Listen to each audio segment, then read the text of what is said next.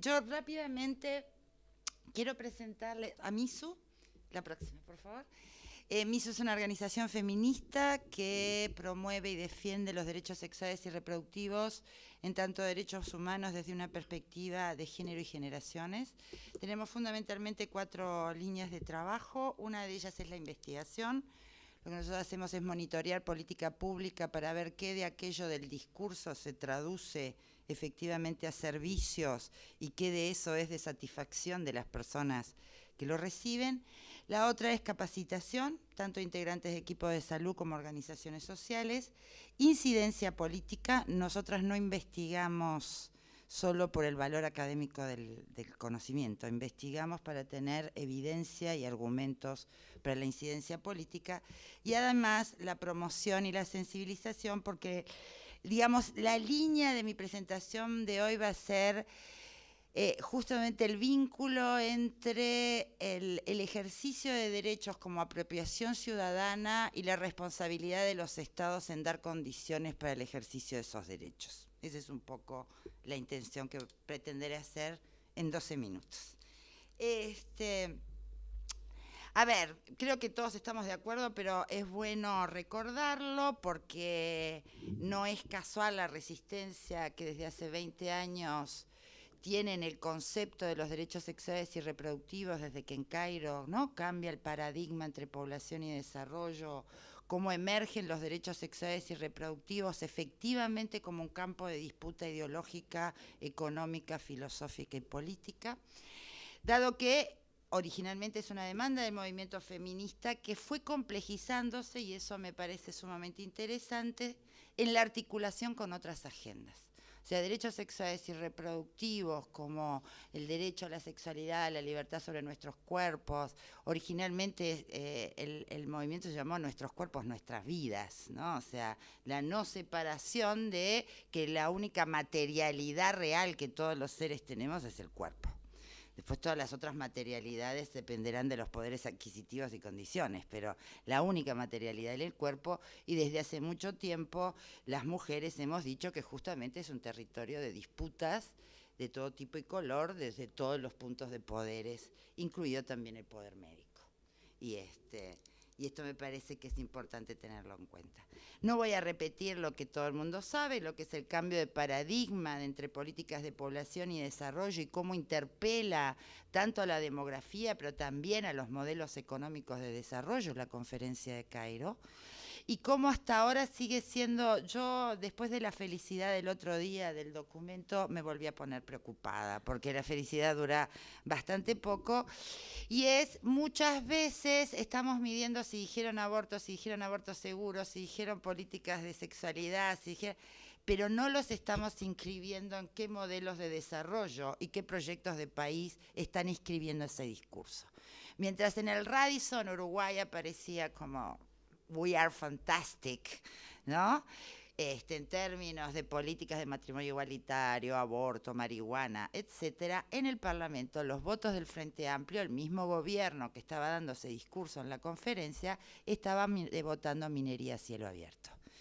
Y en ese sentido no estábamos intersectando ni aún en nuestra felicidad que también los cuerpos transitan por las condiciones en que el medio ambiente se desarrolla, y en las definiciones de políticas económicas y proyectos de desarrollo en los países que tienen que ver con esta dimensión. O sea que no somos ni tan fantásticos y tenemos contradicciones importantes en el Uruguay. Es una agenda vigente, es una agenda clara que viene del movimiento social y se introduce en la agenda política generando muchas incomodidades a políticos de todo gusto y color, y sexo y género. Yo ojalá que alcanzara con que solo pusiéramos a mujeres en las presidencias para que las cosas cambiaran. Lamentablemente es un poquito más complicado porque la conciencia de derechos no viene ligado al XX en general, ¿no? O sea, tiene que ver con una cuestión un poquito más complicada. Es una agenda, particularmente, después lo voy a decir en Uruguay, pero es una agenda que se ha venido sosteniendo y molestando en los campos políticos de todas las esferas por el trabajo articulado de diversas organizaciones sociales y cómo esto permeó otros movimientos sociales. O sea, solo las feministas no sé si hubiéramos podido lograr impacto político de tal envergadura. Y además es una agenda que todas sabemos genera reacciones muy violentas y agresivas de aquellos que están en contra. O sea, hoy por hoy, porque estamos pidiendo defender a las defensoras de derechos humanos, porque sea de derechos sexuales y reproductivos y de los derechos de las mujeres, bueno, porque de alguna manera se ha convertido en una agenda perseguida políticamente. ¿Sí? A quienes no solo impacta a quienes tienen condiciones para ejercer los derechos, sino hacia aquellas que salen públicamente a defenderlos, se ha convertido hoy, caso concreto es Nicaragua, ¿no?, como una agenda de persecución política y por lo tanto que pone en riesgo a las mujeres en general, que en la arena política no estamos consideradas como un actor legítimo todavía, ¿no? En todo caso somos advenedizas del poder político, pero no somos todavía realmente protagonistas del poder político. Yo me meto en la pregunta del otro, pero yo me acuerdo perfectamente cuando Michelle Bachelet dijo que una mujer entre la política tiene grandes riesgos de ser cooptada por la misma. Para que las mujeres transformen la política van a tener que entrar muchas. Y con un concepto de transformar la política para realmente hacerla distinta. De lo contrario solo será una cuestión de fashion, ¿no? O sea, algunas se vestirán de Armani y otras por el estilo. ¿Qué son y cómo surgen los derechos sexuales y reproductivos? Lo dijimos, ¿no? Es una visibilidad y reconocimiento que fundamentalmente se instala con la segunda ola del feminismo a mitad del siglo XX y que se ha expandido en la década de los 90, particularmente con una permeación del contexto internacional a través de las conferencias del Sistema de Naciones Unidas, ¿no? Donde muchas en el 94 éramos absolutamente novedosas en ese campo y pocos sabíamos cómo movernos. Ahora somos especialistas, pero en esas primeras incursiones en Naciones Unidas, si no hubiésemos tenido a Guita Sen, a Adrián Germain y a otras cuantas amigas que venían haciendo este seguimiento, antes las latinoamericanas hubiéramos quedado bastante perdidas, pero después supimos ponernos a tono, digamos. Una rápida, porque a veces se habla mucho de derechos sexuales y derechos reproductivos y después se reducen. Derechos reproductivos es aborto o maternidad segura y derechos sexuales es lesbianismo, estas cosas chanchas que hace la gente.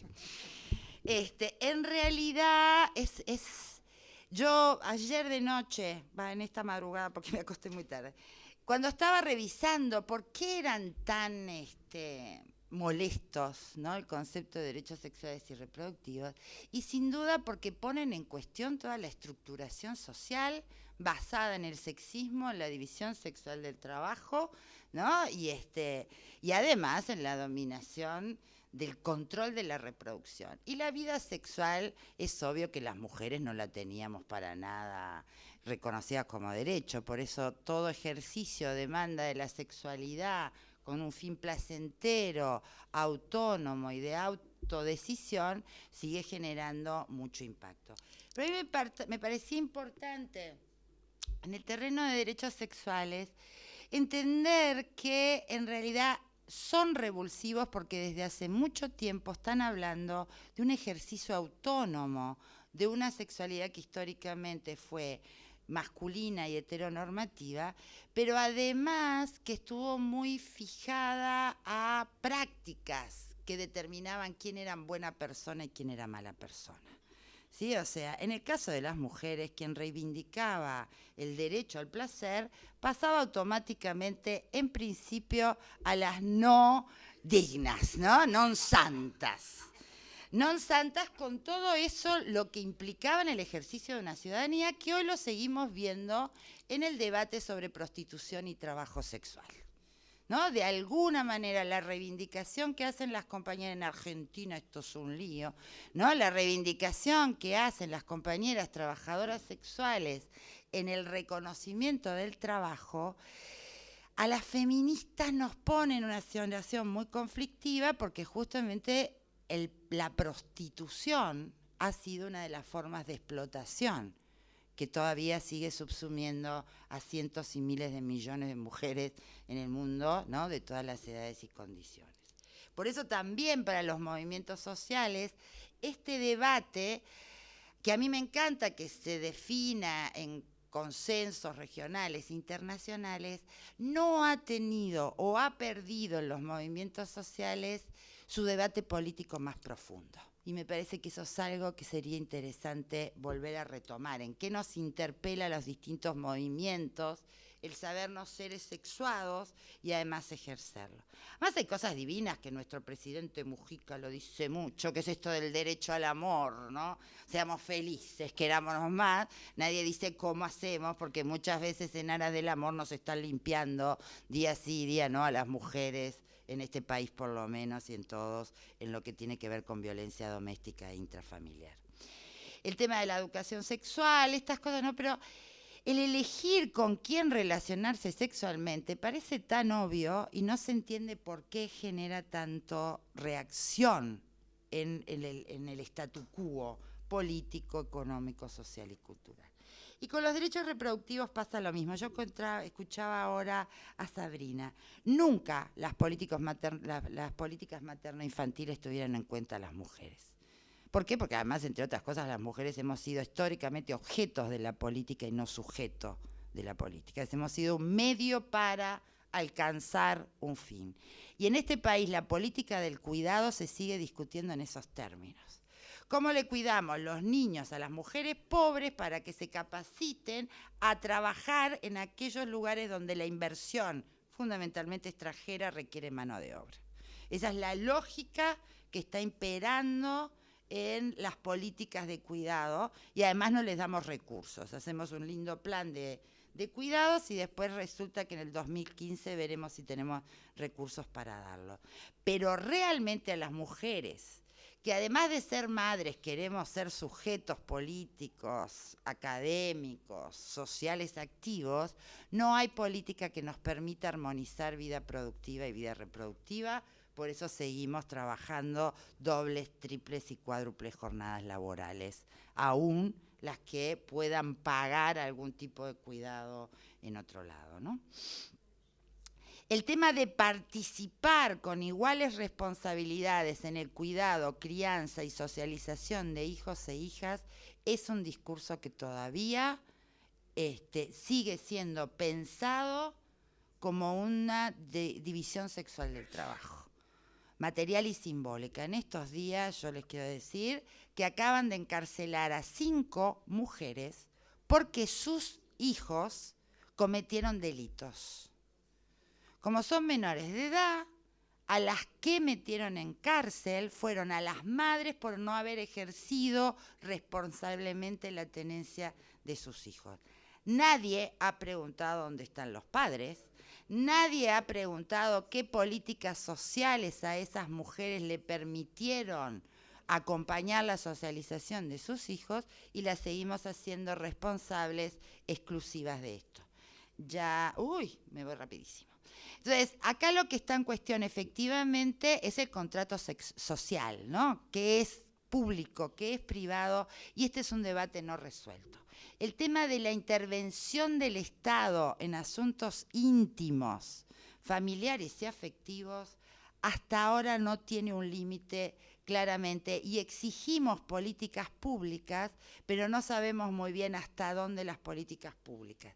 Y por eso, particularmente a las mujeres pobres, las vivimos invadiendo con las políticas sociales y los operadores de las políticas sociales, yendo a preguntarles a sus casas a ver cómo viven, cuántas veces llevan a los hijos a la escuela, qué tipos de políticas hacen. O sea, es una intervención al mundo de lo privado de las mujeres pobres, particularmente en aras del bien deseo de la política social, que yo realmente hasta ahora no sé cómo lo vamos a parar, ¿no? Porque además esas intervenciones no han podido impedir que en el ámbito de lo doméstico y en el ámbito de lo privado haya un respeto de los derechos humanos, fundamentalmente de aquellos que viven en condiciones de dependencia o de relaciones inequitativas de poder.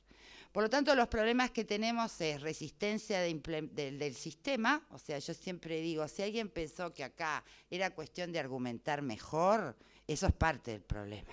El problema es que hay un sistema que se resiste y que pierde privilegios, ¿no? Porque el sistema gratuito de cuidado que tiene que ver con la reproducción social sustentada en las mujeres, también además ahorra a las políticas públicas muchos millones de dólares.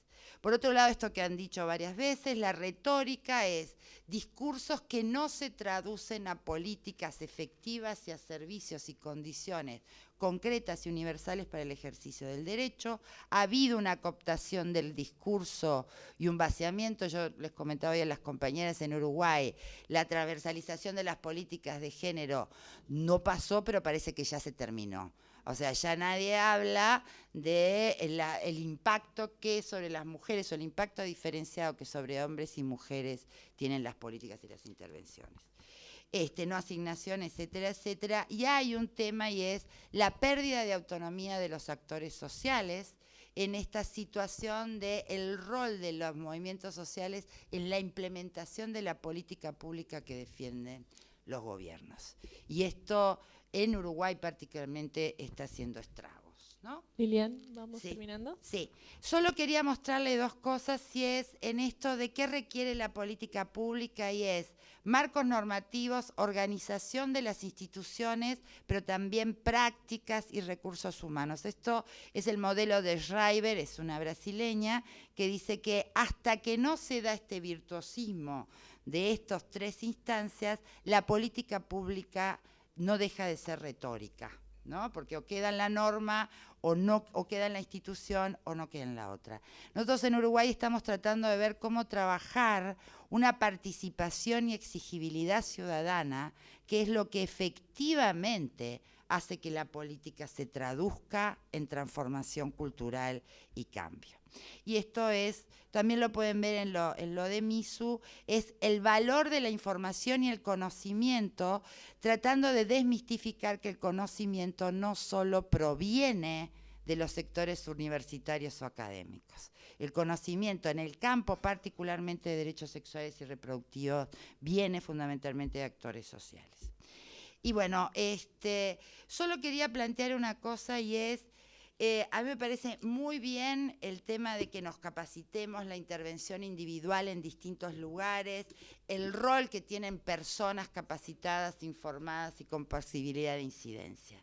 Lo que sí es claro es, no hay transformación si no hay masa crítica que efectivamente se apropie de esa demanda, la traduzca a realmente una concepción de ciudadanía propia que se defiende y se exige, y además genere transformaciones también en el plano de lo individual y colectivo. En este campo, hoy por hoy me parece que es uno de nuestros principales desafíos, y en Uruguay uno de los mejores logros que hemos alcanzado, que nos permite proyectar a futuro, es un amplio frente social de organizaciones, como el movimiento sindical, que en Uruguay es una central única, movimiento de jóvenes, de la diversidad sexual, de afros, de rurales, de múltiples campos sociales con distintas demandas que empiezan a intersectarse e interactuar colectivamente, lo que garantiza que posibilidades de retroceso a futuro en el campo de lo conseguido en el plano normativo tengan mayor costo político. Lo que nosotros decimos es que haya políticos que mañana lleguen a los gobiernos y pretendan retroceder lo que se ha alcanzado, es muy probable, lo vemos todos los días. La única posibilidad de que ese proceso no retroceda es que haya una ciudadanía que lo reclame y además haga pagar el costo electoral cuando se le quieran tocar esos derechos, porque todavía la política en nuestros países pasa por ahí. Gracias y perdón, Mónica.